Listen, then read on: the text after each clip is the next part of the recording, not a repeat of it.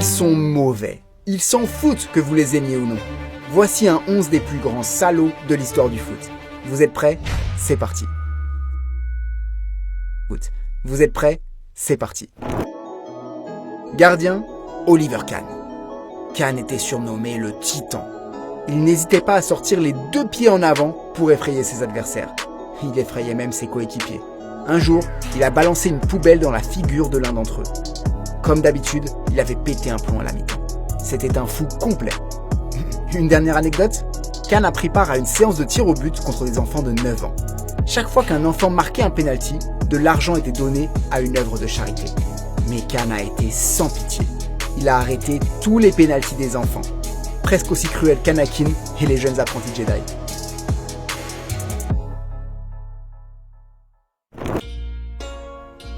Défenseur central, Marco Materazzi. Son seul but sur le terrain, faire péter un plomb à l'adversaire.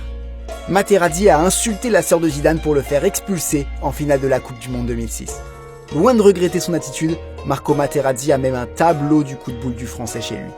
Vous pensez qu'il racontera fièrement l'histoire à ses petits-enfants aussi?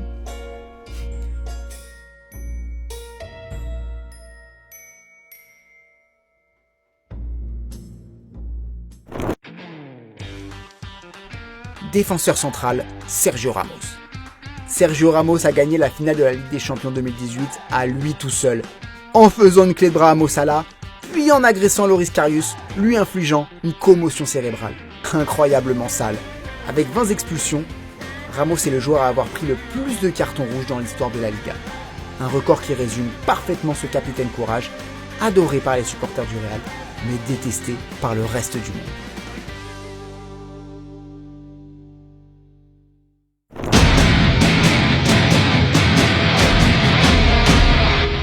Défenseur central, Pepe. Pepe est un homme très calme dans la vie, mais sur le terrain, c'est un grand malade. Vous vous souvenez de son pétage de câble face à Retafe? Il a asséné plusieurs coups de pied à son adversaire, encore au sol, sans aucune raison. Il lui a ensuite marché dessus, puis a mis un coup de poing à un autre adversaire. Un vrai combattant de MMA.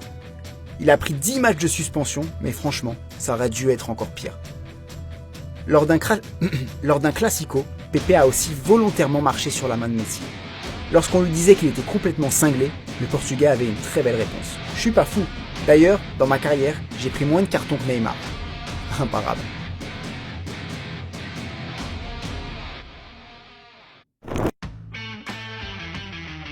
Milieu central droit, Gennaro Gattuso.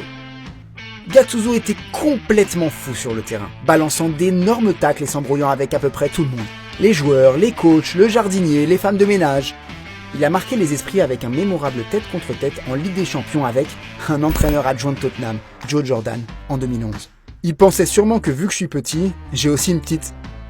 Gattuso était le roi des punchlines. Zidane, il pleurnichait quand il jouait contre moi. Devenu coach, Rino n'a pas changé et n'hésite pas à envoyer d'énormes baffes dans la figure de ses joueurs ou de ses adjoints.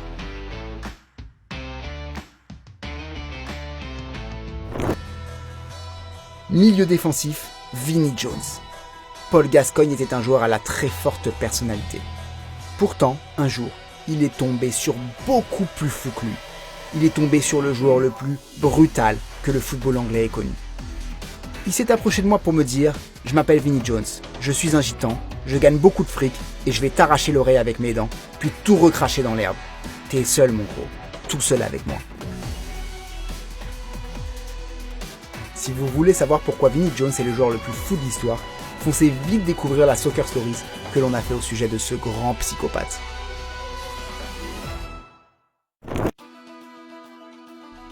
Milieu défensif, Roy Keane.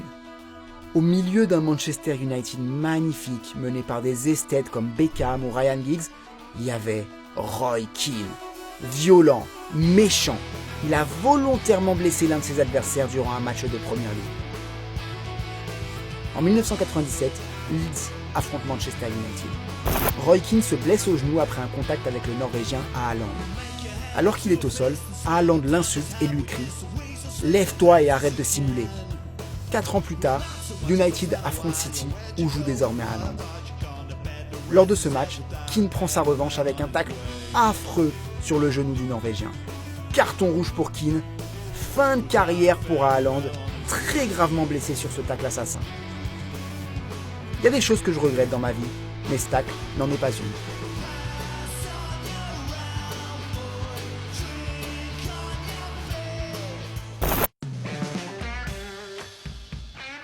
Milieu central gauche, Nigel de Jong. Il pourrit le jeu.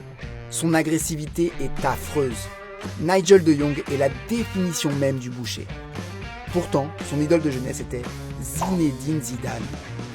Malheureusement, il ne lui a emprunté que le crâne chauve, les coups de tête et les coups de sang. Le temps fort de sa carrière ? Un high kick sur Xabi Alonso en finale de la Coupe du Monde 2010. Maintenant, tout le monde sait qui est Nigel de Jong, lâcha-t-il fièrement après le match. De Jong n'a pas la technique de Zizou, alors il casse des jambes. Hatem Ben Arfa, Stuart Holden, un sacré palmarès en jambes brisées. D'ailleurs, il était surnommé la tondeuse.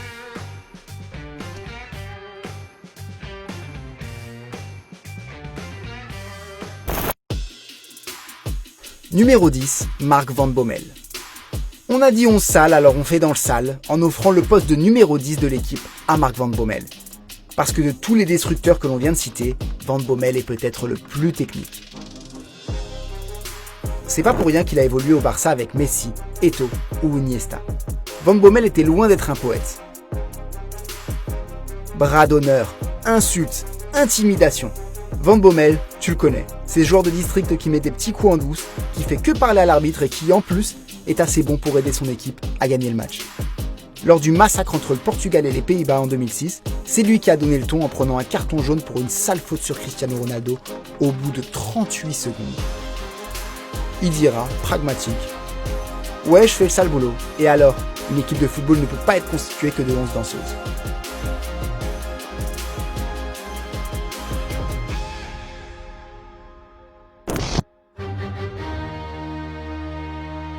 Attaquant, Luis Suarez. Le cannibale, le simulateur, le tricheur. Ses morsures ont marqué Bakal, Ivanovic et Chiellini. Ses insultes racistes envers Evra ont fait le tour du monde. Son sauvetage de la main face au Ghana a brisé le rêve de tout un continent.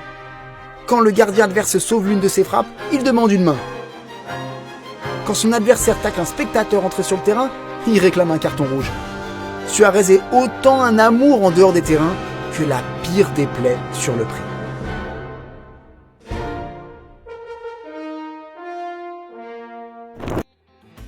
Attaquant, Diego Costa.